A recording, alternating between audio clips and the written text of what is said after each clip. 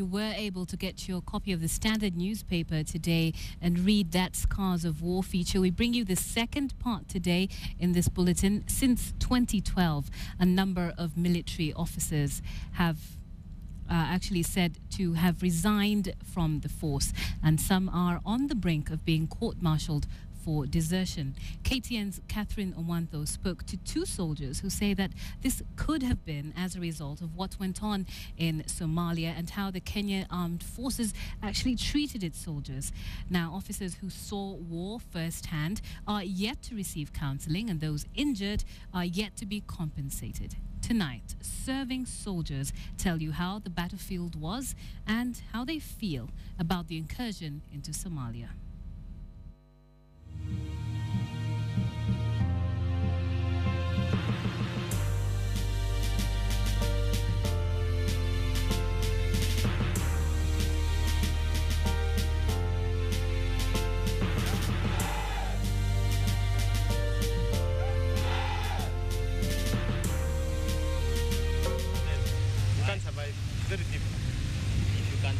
It was always reported that the kidnappings were conducted by suspected Al-Shabaab militiamen or their sympathizers. The Al-Shabaab have never come out to take credit for the two main reasons used to justify Operation Linda Nchi. You must guard. But for soldiers, the geopolitics and the arguments around a war matter little. They are trained to follow orders, and they do so to the death for God and country.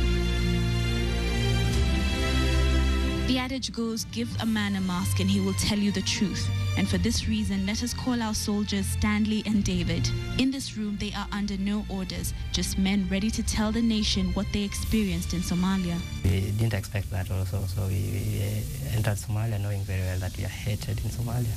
When we entered, it was like a hell on earth. The day I realized that it was a real war, not a game, was the day I first entered into an ambush. And I saw somebody being killed, somebody I know, somebody we've been with. That's when I realized it was a real war, more like a Hollywood movie.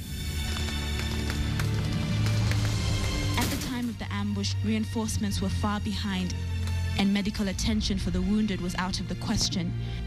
These men, once ridiculed as career soldiers, were suddenly in the thick of it and had to fend for themselves until help arrived. Kitu wa kwanza tunahakikisha mwenye aligongwa na grenade ama aligongwa na risasi, hiyo tunahakikisha tumekaa naye na tunajaribu. Na unajua adui mara mingi kitu yenye anang'ang'ania ni apate hiyo mwili aenda akaangazie kama ameua Mkenya. Sasa hiyo ndio kitu tuna protect, asichukue. Unaweza kuta mnaweza pigana, lakini sasa kitambo mtu mpate hiyo resupply ya ammunition ina take time. Ndio, lakini tunashukuru wazi inakuja, sababu hata kama huyo adui anatuhurumia, hiyo time hakuja yeye wakati tumeishiwa na risasi. Na hiyo time unaweza kuta sasa hapo ndo adui anakuwa na mbinu mingi za kupanga namna kuja kupiga. Wakati tunapata ammunition ndo wakati yake sasa anakuja, sasa ni kama anatupea time. Strategies they laid out to fight this faceless enemy in its own territory had to change, even as late as when the troops were on the battlefield. Hakuna mama. Mara mingi unakuta ni vijana wenye wako na umri ya kama miaka 12, wengine 9 mpaka 40. Na adui mwenyewe si kwa ni yule adui ati mwenye anaogopa kufa, tayari amejitolea kufa. Sasa mwenye amejitolea kufa ni ngumu sana kupigana naye, kwa sababu yeye hajali risasi yako yenyewe. Ile kitu imetusaidia kabisa ni ile ujuzi yenye tulijifunza na jeshi la Uingereza, kidogo ndo tubadilisha ile system ya kupigana. Hiyo system ilitusaidia sana. Kama tungetumia ile system yetu ya zamani ya kusimama na kukimbia, tungekuwa tunapigana kama adui. Hiyo ndio ingekuwa tumetumaliza kabisa. When reality set in, soldiers would call home when they had the chance. One of them being 25-year-old Jasper Nguso, whose last words to his father were, Daddy, I may not come back. My friends have died. It was a Saturday, and the other Saturday he died. When a man is in danger, he'll always do anything to be safe. So it later developed to, it was like people were losing sympathy or empathy, if I may call it. So it was easy for somebody to take away life to protect himself. Yeah. Both David and Stanley were injured in separate attacks. Their cases were severe, however, they have never been compensated for injuries they sustained in the line of duty. No proper answer is given. There is a deceiving thought that a soldier should be a soldier to the end. No complaints. After all, they're the ones who asked for the job.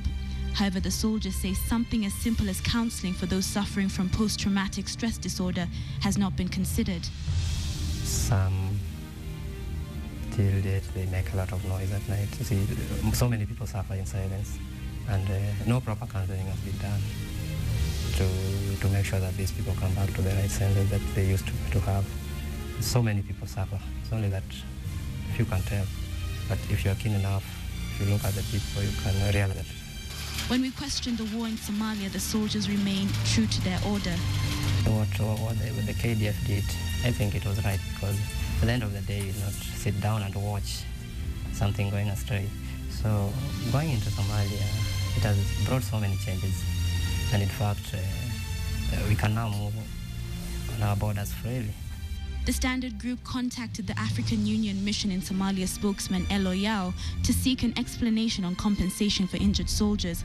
Elo responded by saying issues of death and injuries are left to the contributing countries and that it was up to the individual countries to make public any information concerning compensation. When the Standard Group called Colonel Willie Wasonga, he responded by saying money is a sensitive matter, and in order for him to give a conclusive answer on compensation for soldiers, the Standard Group would need to give the exact details of the individual cases. You are indeed very fortunate to have been selected. Issues of compensation or counseling for serving soldiers would never feature in the elaborate speeches given at pass-out parades. Back when Bernard Chepkwony was a child, his father took him to a pass-out parade just like this one, where he and his brothers decided what they wanted to be: soldiers, defenders of sovereignty. 2 decades later, Bernard Chepkwony, a mechanical engineer, graduates as a specialist. While he basks in the glory of his accomplishments, his father, Kipngetich Langat, tends to his brother's grave on the outskirts of Bomet town. This is the second time we're meeting Langat, a primary school teacher. The first time we were directed by residents to a pub where he frequents, and true to his reputation, he was there. Alcohol seems to be his escape after the death of his second-born son. Langat and his wife separated a few years back, and now he lives here alone, with only his memories to keep him company, most of which are of his son, whom he fondly refers to as his heartbeat. The 1st of January 2012, Evans Ngetich was preparing to go to Somalia. He told me, please, Daddy, pray for us. We are now crossing Somalia. Evans, who was under the military's 9KR regiment, was shot and killed in an ambush. I had never brought me a girlfriend that area. This one is, yeah. So, he was still open. He was still open. The war in Somalia cut short the lives of young men who have left their families with nothing but pictures and graves. Langat's family was compensated, but the life of my son never equated to any money. No. The middle-aged man has given 3 of his sons to the military. So I don't regret anything. Evans' name is etched on a plaque in Nanyuki as one of the 26 soldiers who died in Somalia between October 2011 and 2012. Men who sacrificed their lives so 40 million Kenyans do not have to live in fear. Catherine Omwando, KTN.